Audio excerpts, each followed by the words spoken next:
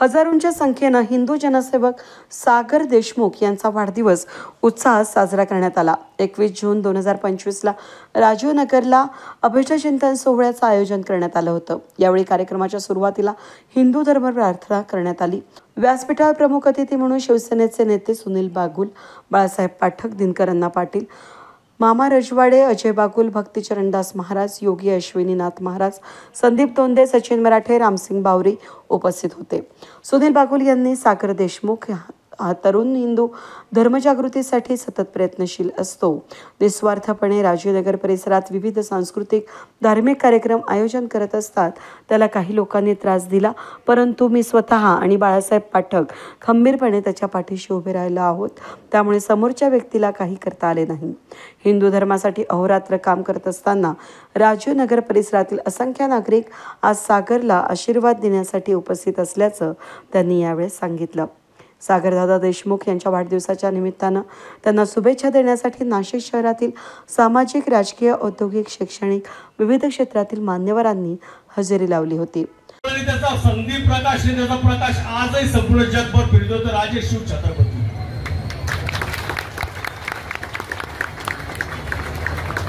आणि त्या शिव छत्रपतींचा आदर्श आपल्या रक्ताच्या थेंबात घेऊन सामान्यामध्ये जगणारा एक देवेडा तरुण म्हणजे सागर भाऊ देशमुख।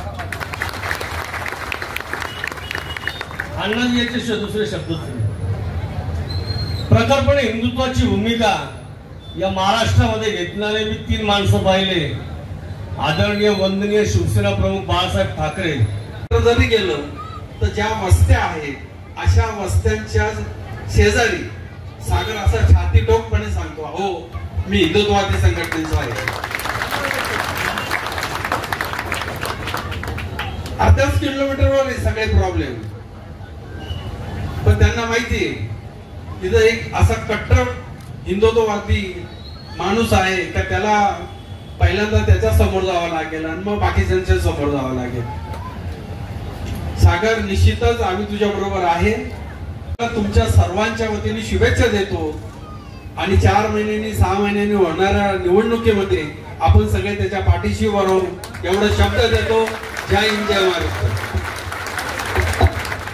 छत्रपती शिवाजी महाराजांच्या विचाराचा कार्यकर्ता आहे। छोटा कार्यकर्ता अख्ख्या नाशिक मध्ये पुढे जा। सागरच्या होल्डिंग प्रत्येक त्याच्या मित्राने लावलेले आहे आणि हिंदू रक्षक म्हणून लावलेले आहे। एकीकडे काही हिंदू रक्षकाचं कौतुक होतं, दुसरं सलीम कुत्ताचं कौतुक या नाशिक मध्ये होतं। हा किती फरक आहे बघा तुम्ही। पण आलेल्या सगळ्या नाशिककरांना विनंती आणि जे चॅनल वाले असेल त्यांना विनंती आहे, भारतीय जनता पार्टीला सांगा बघा हिंदू रक्षकाचा वाढदिवस आणि सलीम कुत्ताचं स्वागत। नाशिककरांना विनंती आहे याच्या पुढे या नाशिक जिल्ह्यामध्ये नाशिककरांनी अनुभवली। त्याच्यानंतर 2 दंगली या शहरात झाल्या। उपनगरची एक दंगल झाली, सोशल मीडियावरती काहीतरी कोणीतरी काही टाकलं होतं म्हणून हजारोंचा जमाव उपनगरला जमला। 2-3 तास द्वारका वगैरे बेटीस धरलं होतं। त्यावेळेस रामसिंग भाऊ होते बावरी, त्यांनी तो प्रयत्न हाणून पाडला। आता देखील एक अनधिकृत धार्मिक अतिक्रमण या नाशिक शहरात जर पाडलं गेलं ते प्रामुख्याने ज्यांनी हाताळलं ते पंडितजी देशमुख असतील, रामसिंग भाऊ असतील, असे असंख्य हिंदुत्वनिष्ठ या ठिकाणी आहेत ज्यांनी अविरतपणे ते अनधिकृत बांधकाम खडकं हटवण्यासाठी लढा दिला। कोर्टाने आदेश दिले, पोलिसांनी ते पाडण्याचा प्रयत्न केला तर पोलिसांवर देखील त्या जमावाने दगडफेक केली। राजीवनगर मधला सुद्धा तसाच एक विषय आहे। 2000 सालची ती अनधिकृत मशीद 2001ला तुम्हाला माहित असेल पूर्ण नाशिक पेटलं होतं, 4 दिवस पेटवलेलं होतं। पण त्यावेळेस या परिसरातले लोकप्रतिनिधी कुठे गेले होते मला माहित नाही, मला कोणाबद्दल बोलायचं नाही।